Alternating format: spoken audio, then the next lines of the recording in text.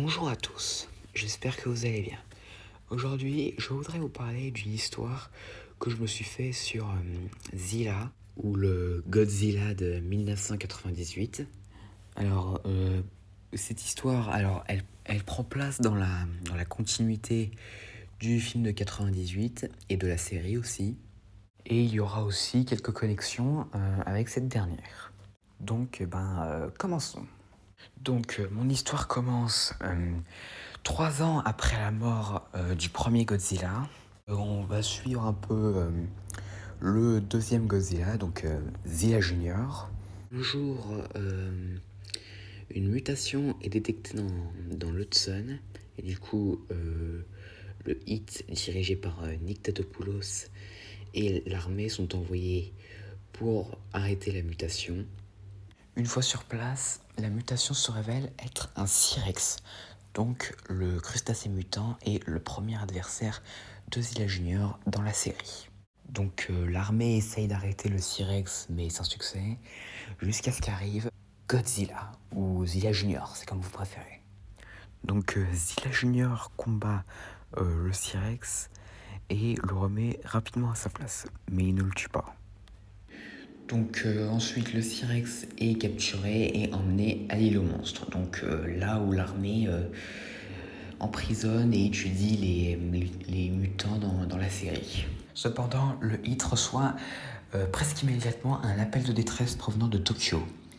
Une créature attaque la ville. Donc le HIT se précipite pour voir ce que c'est. Cependant, sur le chemin, ils sont attaqués par des Cryptocleius, donc les reptiles marins dans l'épisode Léviathan de la série.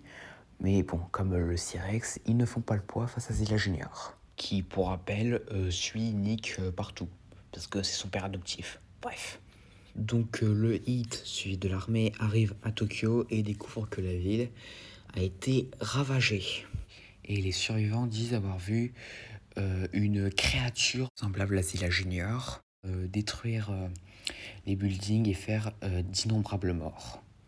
Cependant, la conversation entre le HIT et les survivants de l'attaque sont interrompues par l'attaque de deux énormes rats, donc les rats mutants de la série. Mais ils se font maîtriser par l'armée et Zilla Junior, qui est arrivé sur place. Mais ensuite, les personnages entendent un cri. Et juste derrière Zilla Junior se trouve Cyberzilla, donc la version cybernétique du premier Zilla, ou Godzilla, ça dépend comment vous préférez l'appeler. Alors vous allez me dire, mais il n'était pas mort dans la série. Attendez de voir la suite. Au passage, dans la chronologie, Zilla Junior a déjà combattu Cyberzilla. Bref. Donc Zilla Junior et Cyberzilla se combattent. Et au bout d'un moment, ils lancent tous les deux leur souffle atomique l'un sur l'autre. Et du coup, ils entrent en collision. Et cependant, il y a tellement de puissance qu'il se produit une énorme explosion qui projette Cyberzilla dans la mer. Cependant, un militaire a observé quelque chose dans l'oreille de Cyberzilla.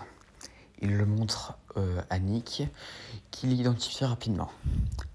C'est un neurostimulateur, une technologie de Cameron Winter. Alors au cas où vous avez oublié qui est Cameron Winter, en fait c'est le rival, on va dire ça comme ça, de Nick dans la série, et qui a essayé de contrôler Godzilla et aussi de le tuer.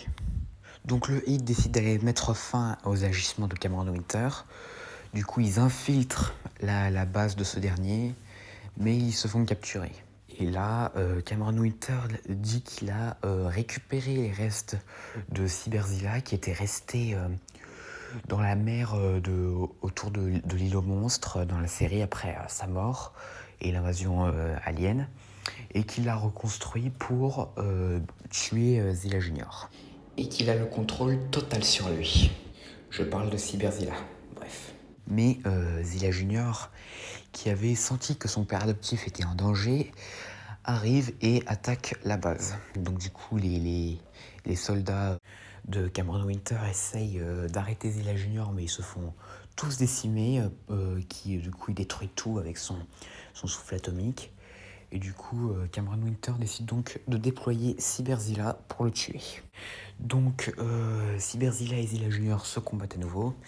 Et pendant le combat, Nick et son équipe en profitent pour s'enfuir. Pendant le combat, Cyberzilla utilise son souffle atomique, ses missiles, etc. Tous en même temps sur Zilla Junior. Et cela, il prend tellement de dégâts qu'il tomba dans l'eau, présumé mort.